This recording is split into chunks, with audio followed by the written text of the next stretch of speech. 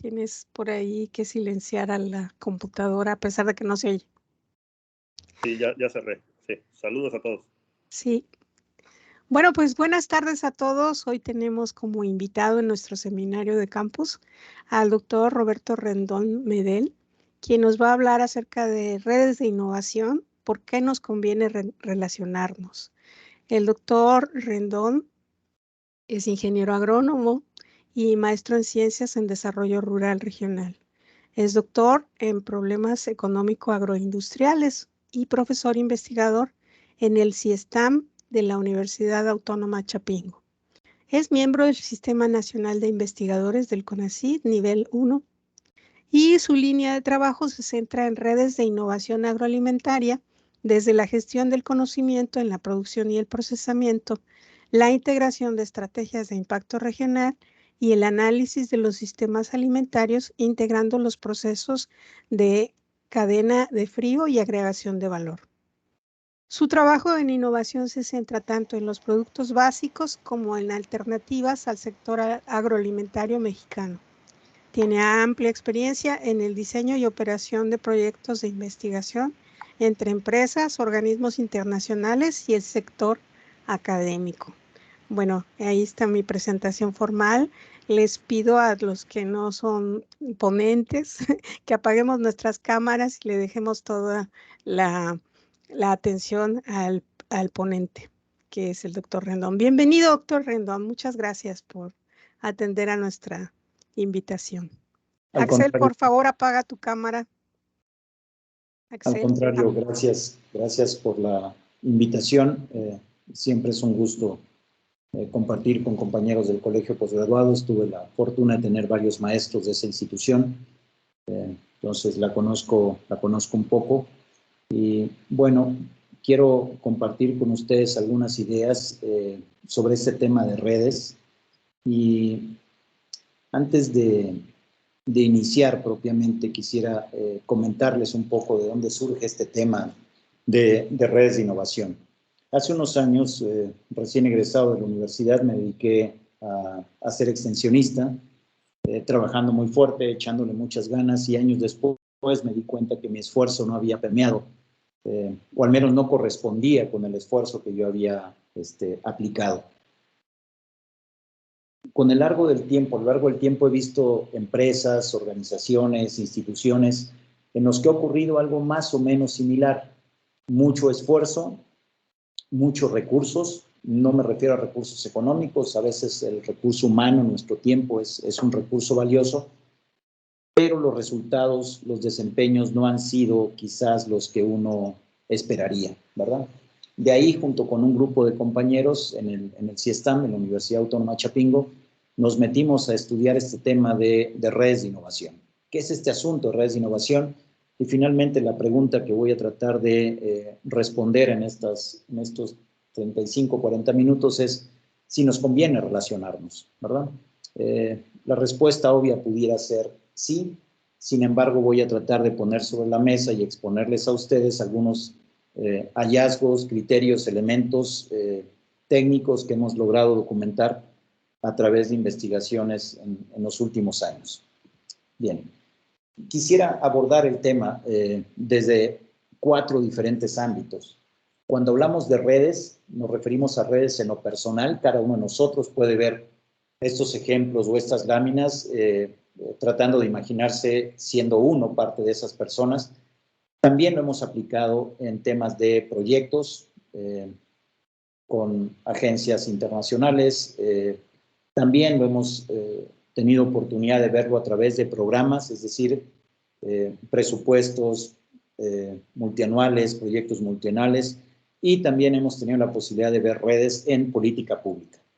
Entonces, cuando veamos redes, por favor, veámoslo en esas múltiples capas en las que podemos ver, sea personal, proyecto, programa o de política pública. Bien. Primero, una definición muy simple de lo que hemos entendido en México y en general en América Latina con el tema de redes de innovación. ¿Qué es esto de redes de innovación?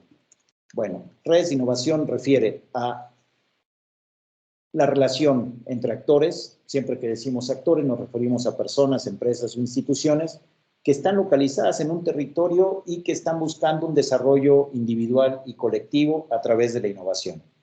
Es importante destacar, redes valora el interés individual y valora también el interés colectivo. A veces tendemos a imaginarnos que redes es solamente para objetivos colectivos, no necesariamente, también puede haber intereses individuales. Por ejemplo, yo me junto con el colegio de posgraduados porque tengo un interés individual de superarme, pero también puede haber un interés colectivo de generar líneas de investigación. A final del día, la hipótesis que defendemos es que el desempeño tiene que ver con el trabajo, con esto que les comentaba al principio, de este esfuerzo que hacemos las personas, las empresas y las instituciones, pero también tiene que ver con la interacción, cómo nos movemos, ¿verdad? Con quién nos relacionamos. Seguramente muchos de nosotros conoceremos alguna persona que está en algún cargo o que tiene alguna responsabilidad y nos cuestionamos por qué está ahí, ¿no? Y quizás no esté ahí por su excelente trabajo o por su impresionante currículum, sino quizás esté ahí más por relaciones. Es un ejemplo un poco burdo, pero que nos ayuda a entender la importancia que tiene las relaciones en nuestro desempeño. Y, por supuesto, un elemento del entorno que no necesariamente controlamos. Bien. 3 ideas quiero comentar con ustedes. La primera de ellos es, no podemos gestionar algo que no se conoce.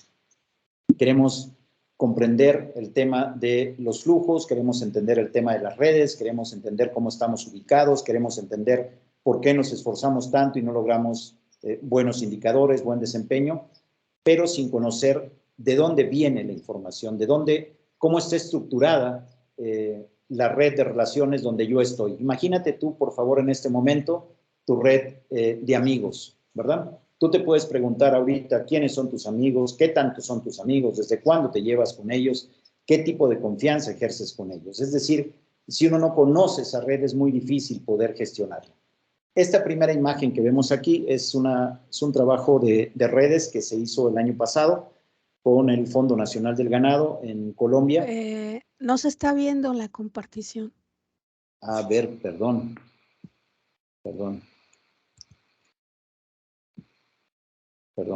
Déjenme volver a...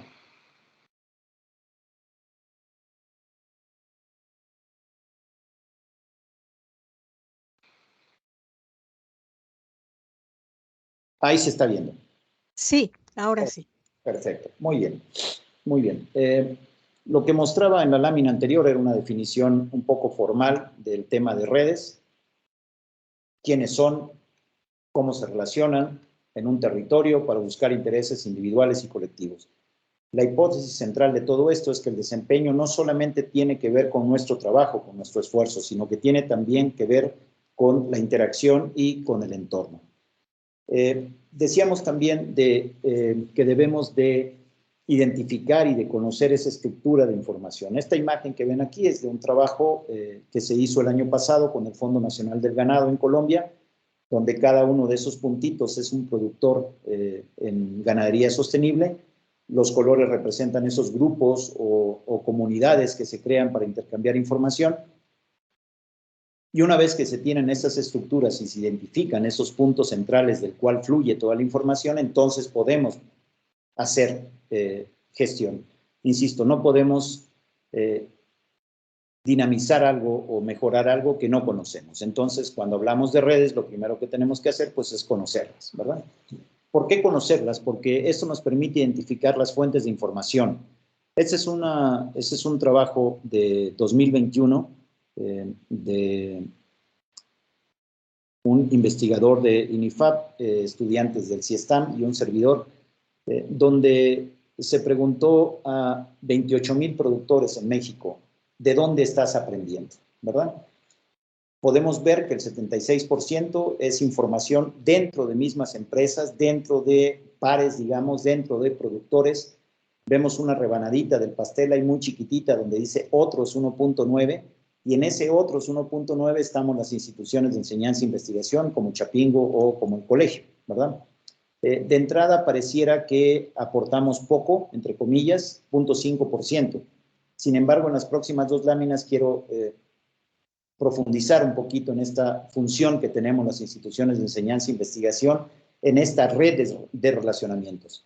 La disertación tiene que ver un poco con si nos conviene relacionarnos, pero una pregunta que subyace a esta primera es ¿con quién relacionarnos? No es relacionarse solamente con el que se te ponga enfrente, sino relacionarte con nodos, con actores que metan calidad a la red. No es un tema solamente de cantidad, entonces. Una primera lámina es que, si bien el flujo de información se da entre productores, la mayor innovación se da cuando un productor se vincula con instituciones y centros de enseñanza e investigación. Ese es un trabajo de una población bastante amplia y quisiera llamar su atención en cuando un productor se vincula con otra empresa rural, la diferencia en su nivel de innovación cuando sí se vincula es de 3.6%. Cuando ese productor se vincula con instituciones y centros de enseñanza e investigación, la diferencia es la mayor. Es decir, las universidades provocamos, ¿verdad? Cuando un profesor, cuando alguien del colegio interactúa con un productor, provoca un incremento en su nivel de innovación significativo y es el mayor de todos. Un segundo elemento que debemos de considerar y que nos debe de poner muy contentos, al menos a varios, a mí en lo personal me pone muy contento, saber que las instituciones y centros de enseñanza e investigación son los que presentan mayor cobertura, ¿verdad? Cuando esta es una población de 3,000 productores, donde hay 700 prestadores de servicios profesionales, una red bastante amplia, 140 proveedores de insumos, pero las mayores diferencias, la mayor cobertura, digamos, el mayor efecto en parámetros como innovación, rendimiento, rentabilidad, se da cuando esos productores interactúan con instituciones y centros de enseñanza e investigación.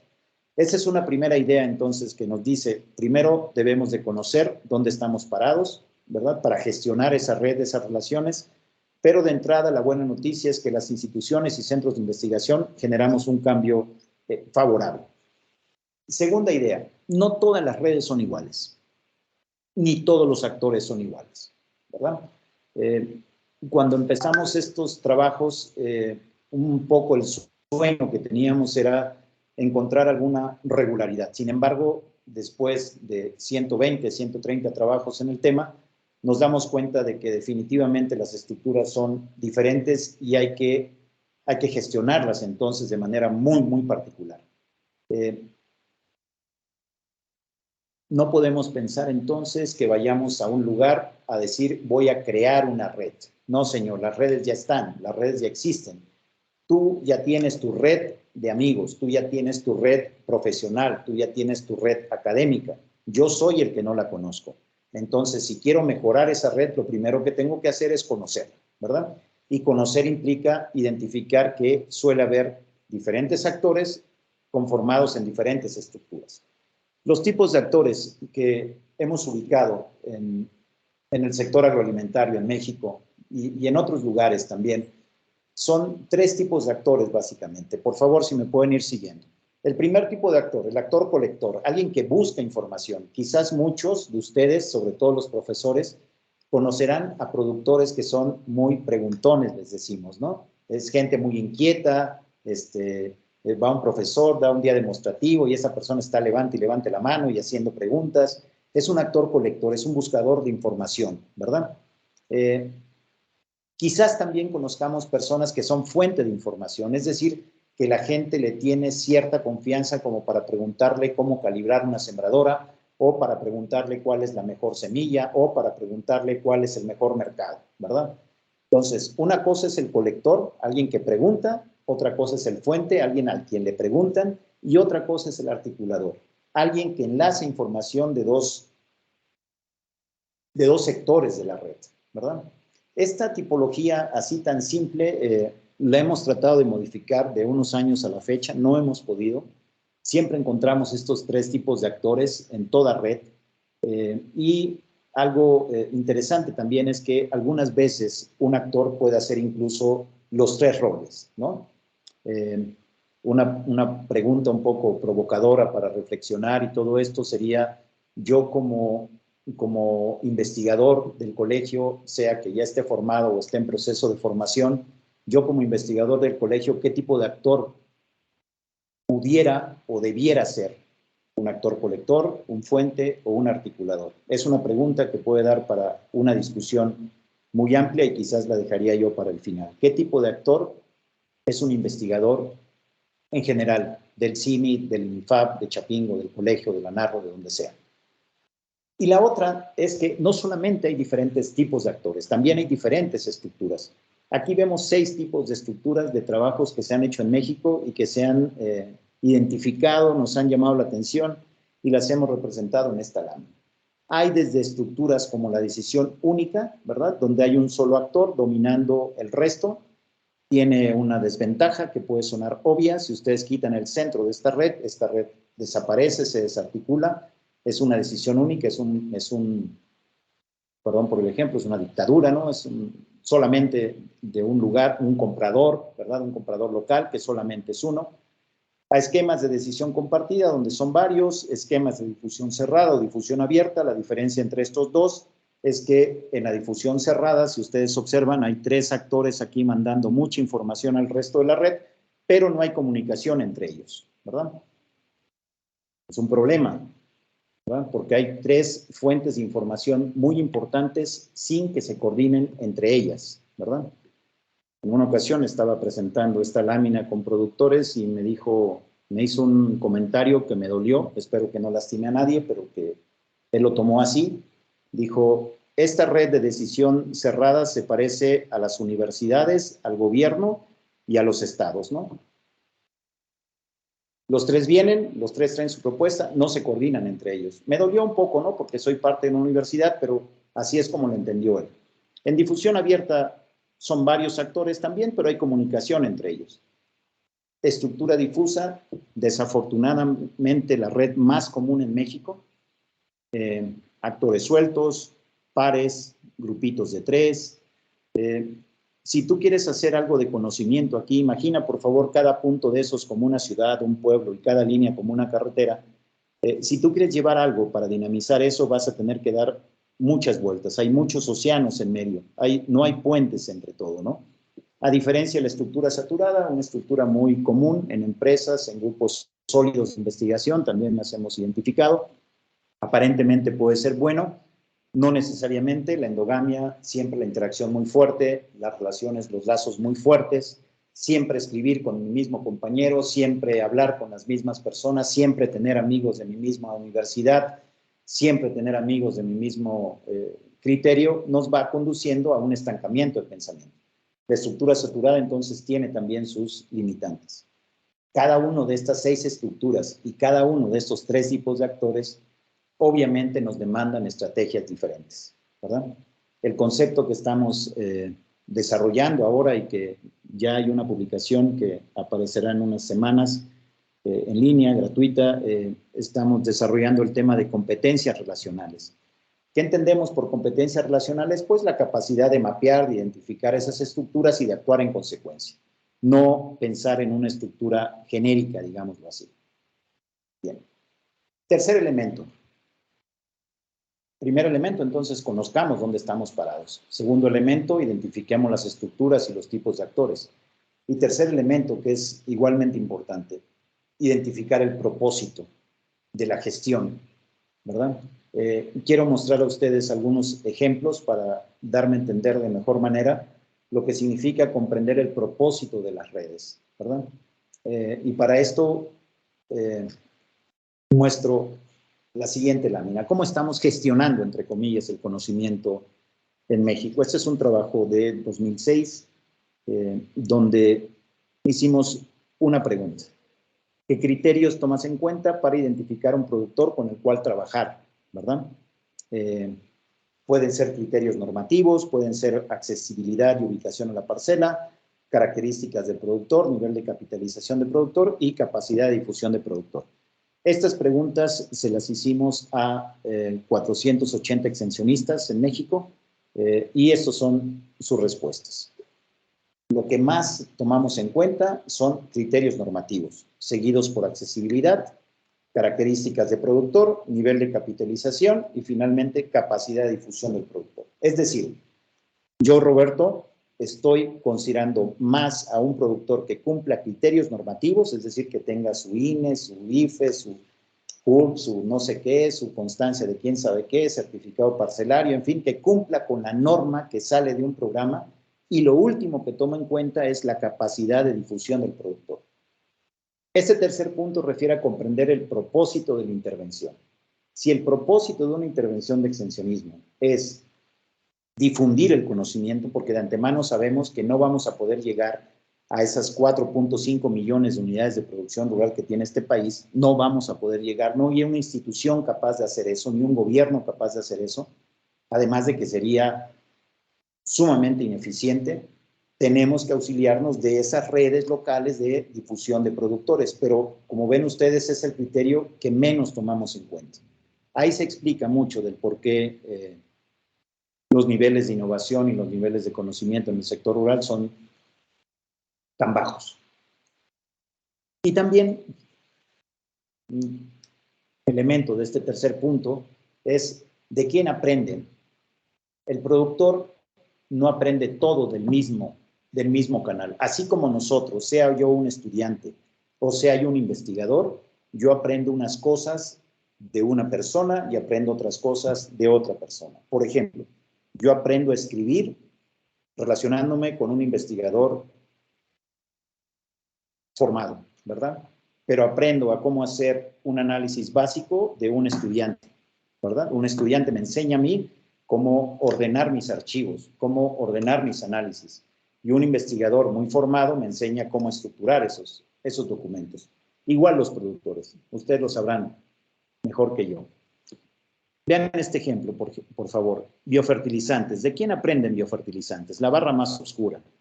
Institución de enseñanza e investigación. Claro, un investigador es muy confiable en temas de fertilizantes.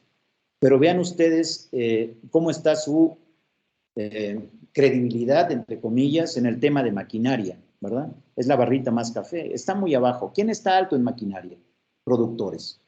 Es decir, esta población de productores que se mapearon en 2016, una población de 4.500 productores, confían mucho para el tema de biofertilizantes en un investigador, pero para maquinaria en un productor. Se va complejizando el asunto. Diferentes estructuras, diferentes actores, diferentes canales de información. A esto nos referimos cuando hablamos de entender el proceso de redes. Entrando ya a tratar de responder la pregunta, ¿nos conviene relacionarnos? Ese es un gráfico que se hizo de manera inicial en 2017, pero cada año lo repetimos y cada año da un gráfico muy similar. Si nosotros valoramos el nivel de adopción de innovaciones o el nivel de innovación con el número de vínculos del productor, vemos una tendencia positiva. A mayor vinculación del productor, mayor nivel de innovación.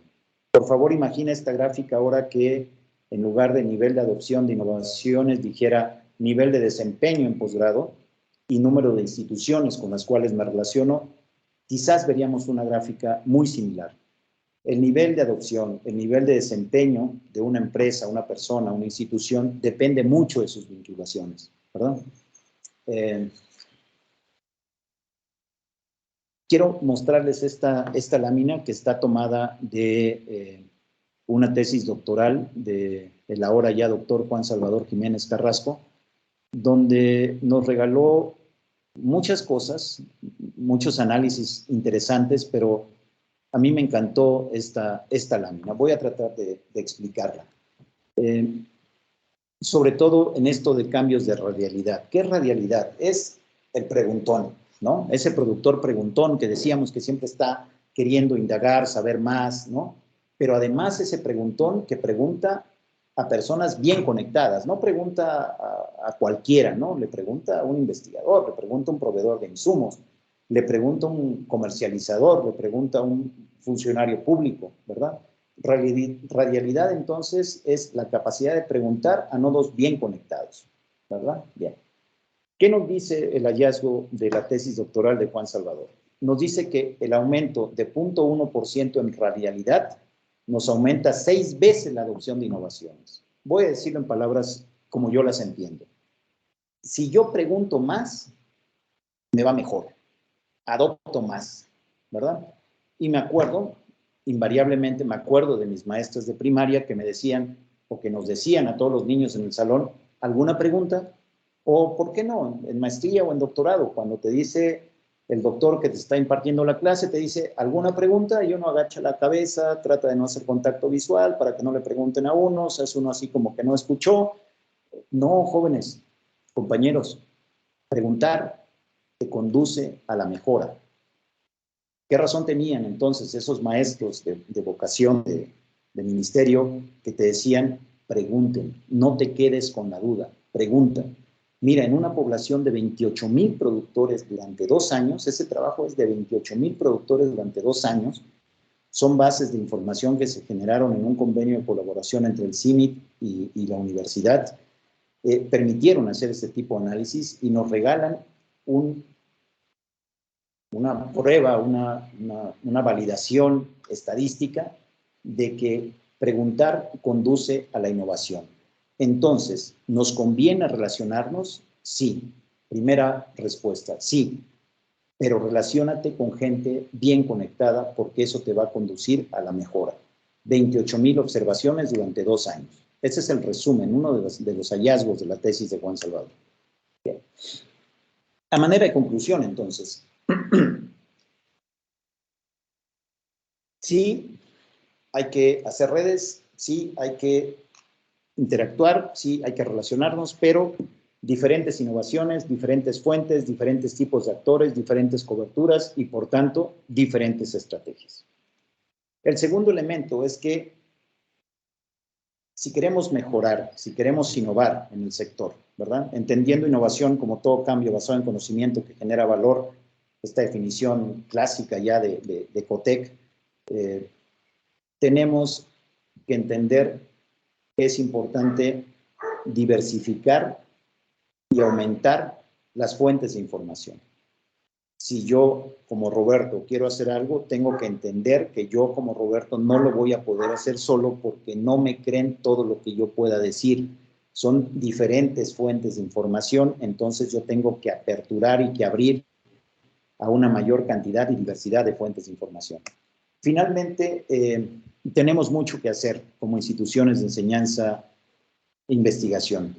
Provocamos y estamos relacionados con mayores niveles de innovación, con mayores desempeños, llámale rendimiento, llámale utilidad, pero al final instituciones como el colegio tienen mucho que hacer si logramos entender cuáles son las estructuras presentes en el territorio, quiénes son los actores, cómo se relacionan, desde cuándo se relacionan, con qué fuerzas se relacionan.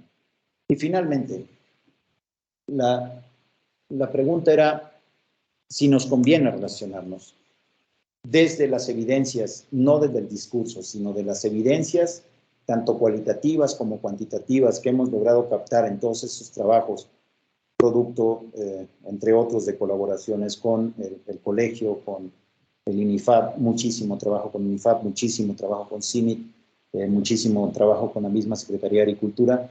Es, en definitiva, nos conviene relacionarnos. Los puntos suspensivos significan solamente hay que saber hacerlo, ¿verdad?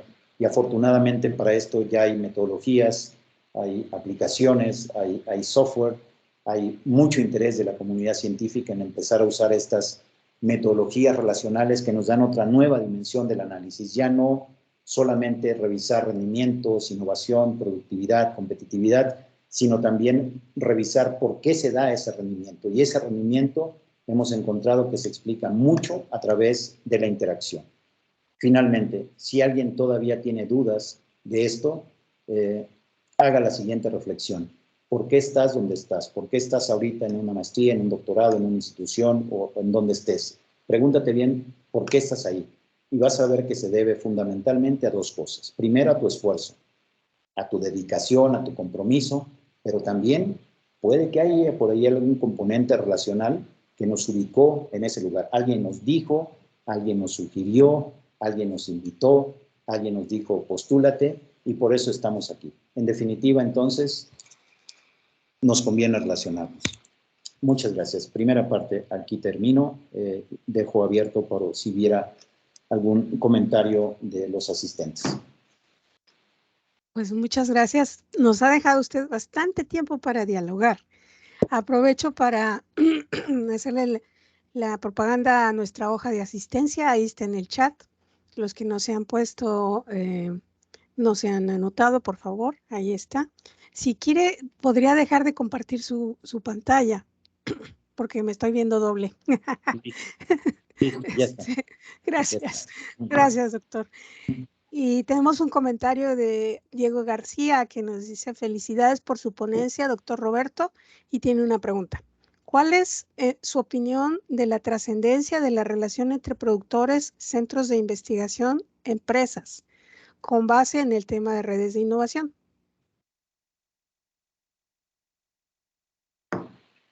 Entre productores, empresas y centros de investigación. Ok, muy bien. La triple hélice, Diego. Ese esquema es el que tradicionalmente conocemos como el esquema de triple hélice, donde se dice que para que algo funcione, algo se mueva como una hélice, necesita esa hélice tener 3 elementos. Un elemento es la empresa, otro elemento son los centros de enseñanza e investigación y el elemento gobierno, política pública o entorno, ¿verdad? La trascendencia, yo diría que es fundamental. Si tú analizas cualquier sector exitoso agroalimentario, y me atrevería a decir que en otros sectores también, nos vamos a dar cuenta que están esos 3 elementos ahí. Si piensas en los aguacateros de Michoacán, o de los berries en Jalisco, o si volteas a cerdos en Yucatán, o si te vas al norte y ves el tema de los dátiles, te vas a dar cuenta que hay una relación muy estrecha, empresa, gobierno, centros de enseñanza e investigación, cada uno haciendo lo suyo, ¿no? Gobierno regulando, centros de enseñanza e investigación investigando, capacitando, productor haciendo, arriesgando, investigando. Yo creo que más que trascendencia, Diego, es un tema de estrategia básica, ¿verdad? Para decirlo de otra manera, es como pretender decir que nuestras instituciones de enseñanza e investigación van a salvar el sector por sí mismas. Claro que no, claro que no. Necesitamos un entorno de política pública, necesitamos empresas, necesitamos productores que estén dispuestos a innovar. Entonces, esa trilogía es algo que siempre tenemos que ver. Yo a veces me dan ganas de cuestionar algunos trabajos de posgrado, porque creo que todas las tesis de investigación deberían voltear por lo menos a ver esas 3 dimensiones del problema que quieras, el problema que estés investigando, por lo menos tienes que voltear a ver esas 3 dimensiones porque son las que explican el desarrollo de ese sector. Muy bien, muchas gracias. Por ahí usted nos dejó una pregunta sobre cuál debería de ser nuestro, ¿cómo era? Como investigadores, ¿cuál sería nuestro perfil, no?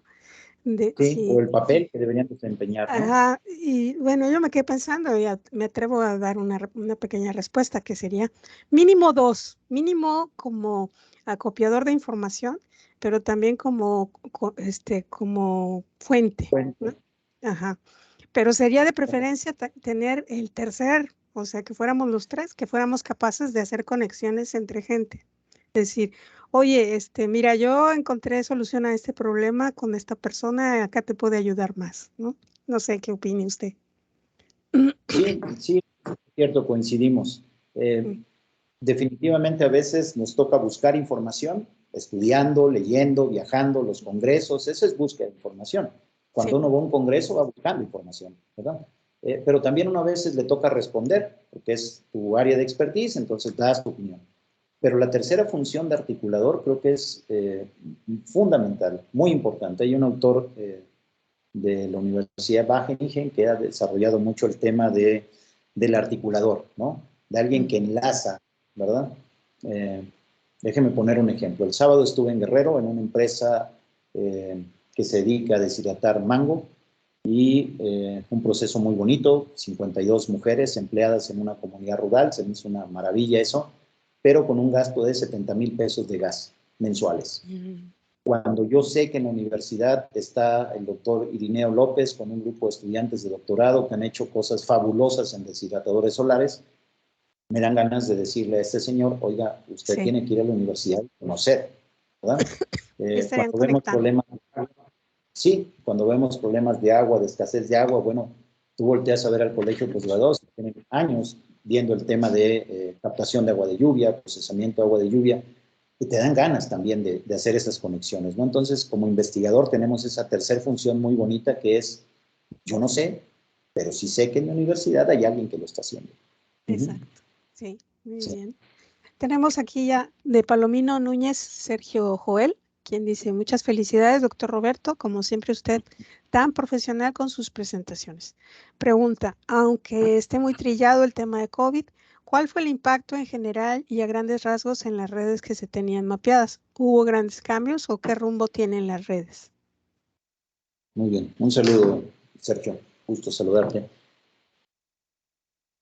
COVID lo que hizo en el tema de redes es que las potenció. O sea, de repente nos vimos solos, encerrados en nuestras casas, en nuestras oficinas, y nos dimos cuenta que yo podía asistir a un congreso sobre mejoramiento participativo que está desarrollándose en Asia, ¿verdad?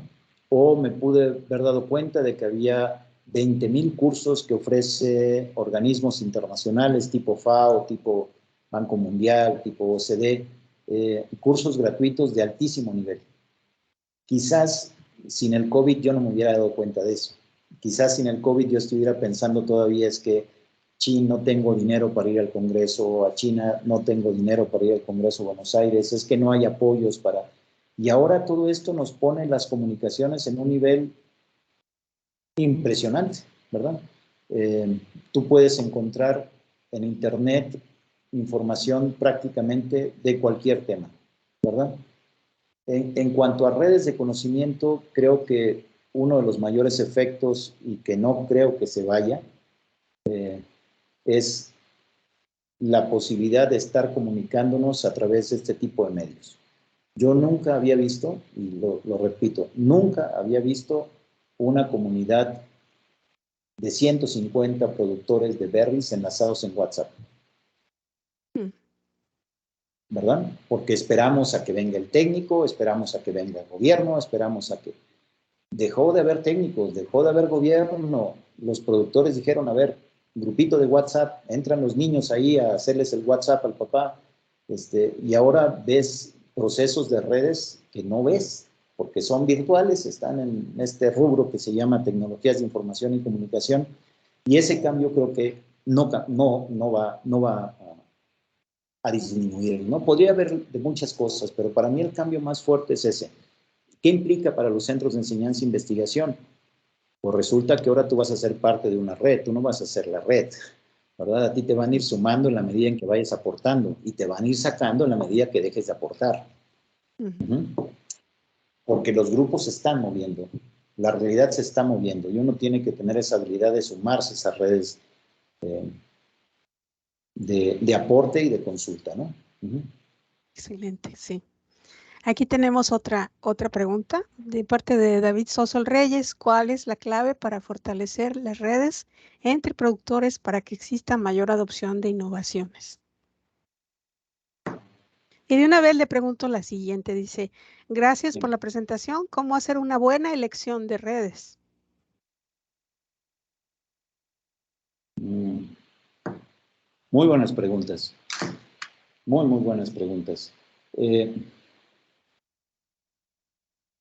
La clave para facilitar la gestión de redes, y se lo voy a copiar a una de mis maestras de redes, a la doctora Elina Davas, una argentina genial, que en una ocasión me regañó, esa es la palabra, me regañó, me llamó la atención muy fuerte, cuando me dijo que dejara de ver redes como bolitas y palitos expresados en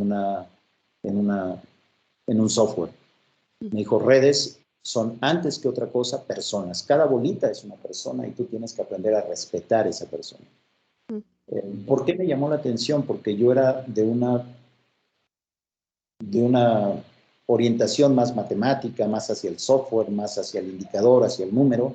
Y ella me llamó la atención y me dijo, no señor, no son ni bolitas, ni palitos, ni números, ni indicadores, son personas. Y entonces el respeto, hay un video precioso por ahí en redes sociales que habla de una analogía de redes con redes de pescadores, y lo que más destaca también es el asunto del respeto. Yo llego a una comunidad de aguacateros, de maiceros, de chayoteros, de lo que sea, y lo primero que tengo que hacer es entender que ya hay una red. Yo soy el ignorante que no la conozco. Ya hay una red, ellos ya se relacionan, y yo tengo que tratar esa red con respeto para llegar, identificarla y conocerla, ¿verdad?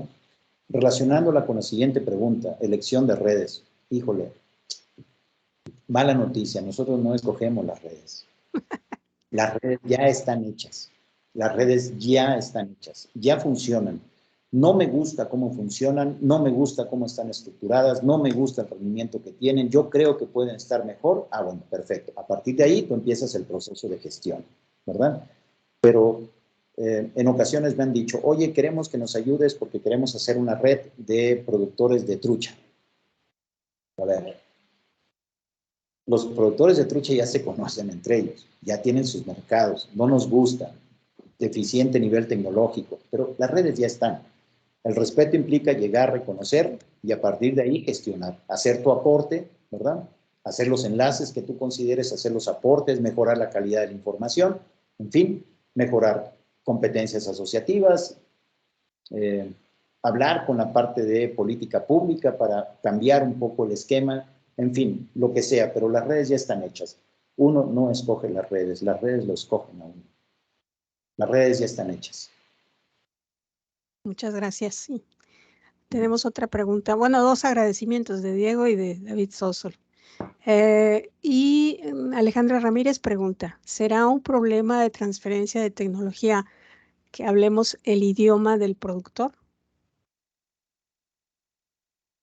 Es decir, que no podamos hablarlo o que sí lo hablemos, el idioma del productor.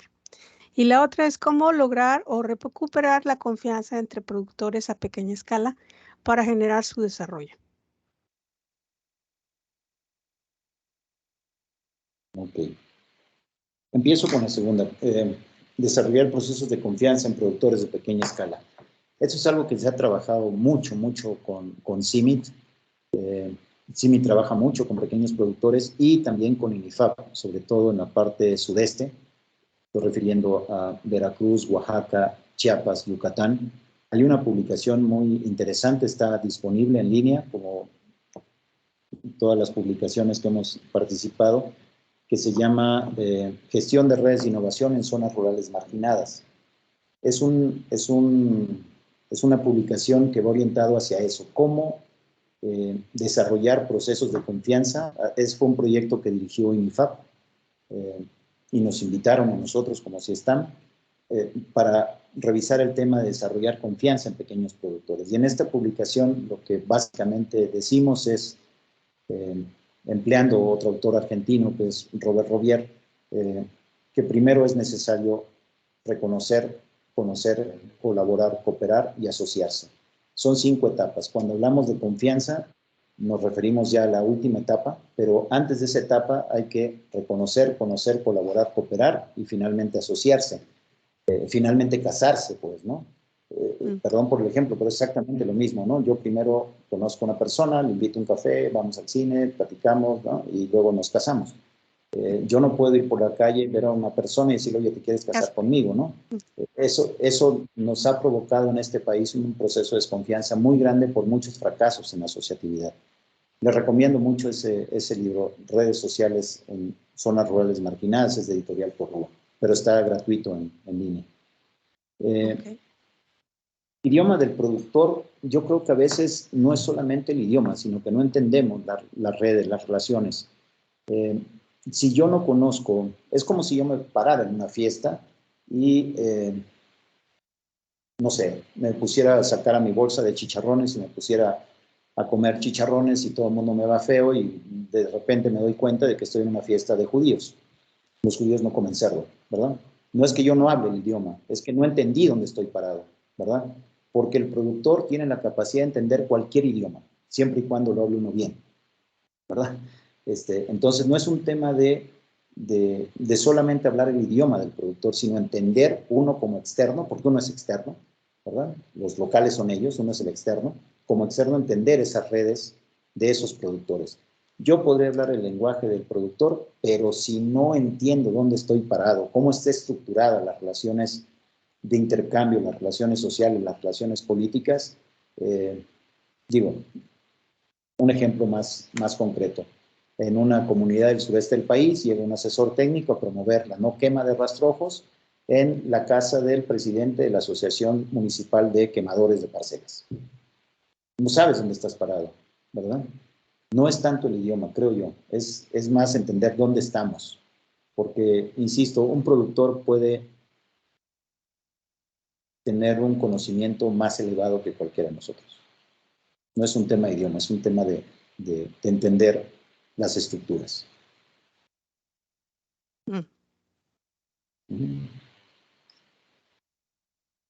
Muy bien. La última, bueno, tenemos otras más que dice Nancy Nazario, dice muchas gracias por su ponencia. Con las nuevas tecnologías de conexión a Internet generada a raíz de la pandemia, ¿cómo se vislumbra este intercambio de información en la agricultura, sobre todo en áreas rurales? Y Vera López Javier Enrique dice, ¿crees que ha cambiado la respuesta de los productores a las entrevistas antes y después de la pandemia y a una sociedad rural mexicana más politizada? ¿Esto ha cambiado el paradigma de las redes? Bueno, ambas tienen que ver con COVID, ¿verdad? Ok, bien. ¿Qué tenemos que cuidar mucho ahora, de ahora en adelante, con este asunto del desarrollo de tecnologías, COVID, en fin? Es que puede haber un incremento exagerado en flujos de comunicación usando medios digitales, pero con el grave riesgo de un detrimento en la calidad de la información. Es decir, yo soy un productor de maíz y entonces yo veo un montón de información de maíz donde me dicen que el mejor fertilizante del mundo mundial es el sílice. Y entonces yo me agarro a echar, no señor, no, a ver, hay un tema que es nutrición, análisis de suelo, análisis foliar, análisis de laboratorio, y en función de eso hacemos un tema de nutrición. Hay muchos vendehumos, malintencionados o en el mejor de los casos ignorantes, que están subiendo muchísima información a redes que no necesariamente es cierta. De ahí el componente de enseñanza e investigación. O sea, las redes virtuales no van a reemplazar nada, van a mejorar los caminos, pero ese camino hay que mantenerlo y hay que mantenerlo limpio y hay que mantenerlo pavimentado y transitable. Ahí es donde entra la calidad de la información. Sin duda, instituciones como las nuestras tienen un papel fundamental en regular esa calidad de la información. Cambios en los entrevistados antes y después del COVID. Yo desde hace varios años, todos los veranos, hago trabajo de campo, interacciono con productores todos los años, invariablemente. Este año me tocó Puebla, el año pasado estuve en Guanajuato, en pleno COVID, con todas las medidas sanitarias, en fin.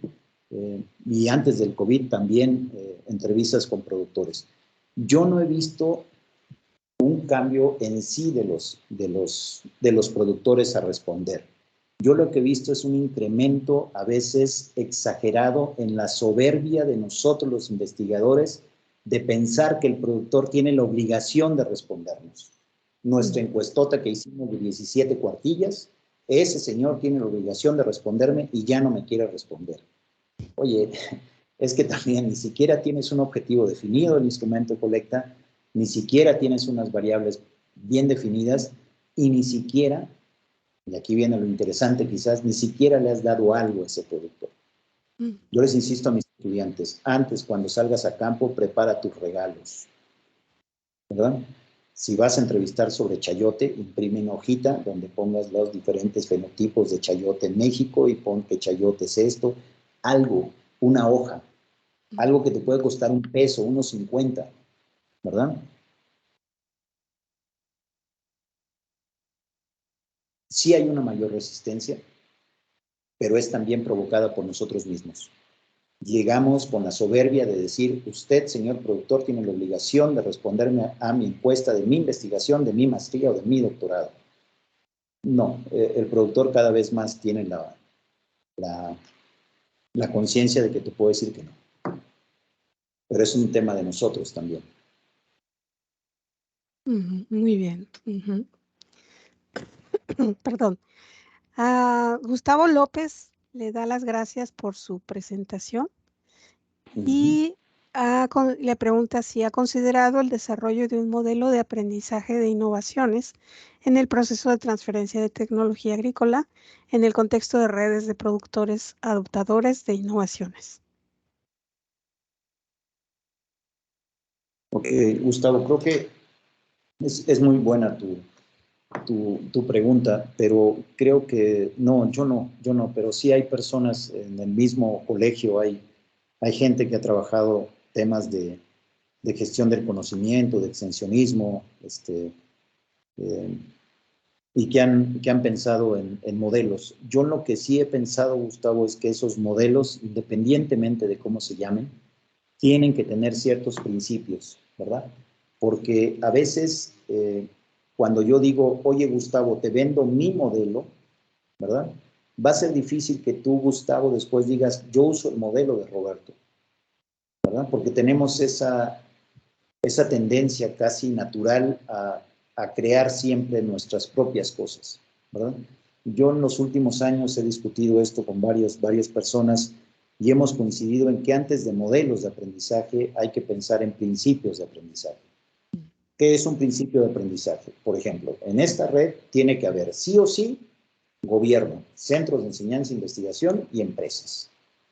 Triple hélice, ¿no? Cuádruple hélice, sociedad civil. Quíntuple hélice, medio ambiente. Sí o sí, en ese modelo de aprendizaje yo tengo que considerar esos 5 elementos, ¿verdad? Ese es un principio, ¿verdad? El principio de calidad de la información también. Yo no voy a difundir nada que no esté validado por alguien que sepa, un productor o un investigador, alguien que sepa, alguien que lo haya hecho, ¿verdad? No he pensado en modelos de aprendizaje, pero sí hemos pensado mucho en principios de aprendizaje. Este país está lleno de modelos que han funcionado, pero que ya no existen, porque ahora que yo llegué al poder quiero mi propio modelo, ¿no? Y les voy a decir productor experimentador, les voy a decir agencias de gestión de innovación, les voy a decir PESA, les voy a decir NIAF, les voy a decir un montón de modelos, ¿verdad? Que a veces no los queremos reconocer y les cambiamos el nombre, ¿no? Les ponemos un aderezo y decimos que ya son otra cosa. Realmente es el mismo modelo. Pero como no queremos usar el nombre del modelo, creo que mejor hablemos de principios, ¿verdad? Bien. Bueno, yo quiero aprovechar que ahorita nadie escribió nada en el chat, pero en su presentación hubo muchas cosas muy interesantes, pero hubo una gráfica que me llamó la atención, que es donde a quién le tienen más confianza, dependiendo del tópico, ¿no? Que mencionaba para cuestiones del suelo a los académicos, a las instituciones. Pero había otros en donde eran otros los que preferían como a otro productor en lo de maquinaria que usted mencionó. Y también había otros rubros que no alcancé a leer, pero creo que uno de ellos era mulching y había otro más, de plagas, ¿no? De insectos. Y me llama mucho la atención porque nos da una orientación de dónde está la confianza actual, ¿verdad? De los productores, en qué temas, ¿no? Pero pienso que eso tal vez habría que pensar por qué están siendo exitosos en haberse ganado la confianza los de suelos, pero no tanto, por ejemplo, los de plagas. Sí, sí. ¿Qué me podría...? Sí, estoy terminando un trabajo justamente con una empresa donde esta empresa quiere promover el tema de variedades mejoradas. O sea, la empresa dice, yo quiero entrar a esa comunidad y quiero promover variedades mejoradas porque son muy buenos productores, pero esas variedades que están desarrollando ya salía del mercado, yo voy a promover variedades. Dijimos, perfecto, déjanos hacer un mapeo y una pregunta a los productores es, ¿de dónde obtuvo sus variedades? Otra pregunta perdida ahí entre la encuesta es, ¿de quién aprendiste el uso de variedades? Y una tercera pregunta es, ¿dónde compraste tus variedades? Al final lo que queríamos era ver el origen de la fuente de información del tema de variedades. Productores migrantes. Mi hermano se fue a Estados Unidos, a California, trabajó en una plantación de esta cosa, le gustó la variedad, se trajo un pedazo de raíz envuelta en un termo, así textual, la metió en el termo de café, llegó acá, la sacó, la plantó, se empezó a dar, ahorita hay 62 hectáreas de esa variedad, y le decimos a la empresa, no, las variedades fluyen entre productores, tú ni siquiera apareces en el radar de variedades, ¿verdad? Entonces, si quieres hacer algo con variedades, fíjate quiénes son los productores más visibles en el tema y con esos trabaja, pero tú no entres, ¿no? Si hay algún muchacho por aquí que le guste jugar billar o carambola, sabrá que a veces para pegarle a un lado hay que tirar para otro, ¿verdad? Hay que a veces rebotar la pelota para poder pegar. En temas de estos es muy similar, hay que saber exactamente quién es la fuente de información para a través de eso, entonces, desarrollar el tema, ¿no? Muy bien, es excelente. Dice Catalino Jorge, que es suelero, grafólogo, dice que sí, los suelos somos más estudiosos. Bueno, también. Muy bien. Pues no sé si alguien de la audiencia gusta hacer alguna otra pregunta antes de terminar nuestra sesión. Todavía tenemos un tiempo. Si no puede escribir en el chat, puede tomar el micrófono. Tenemos un momento.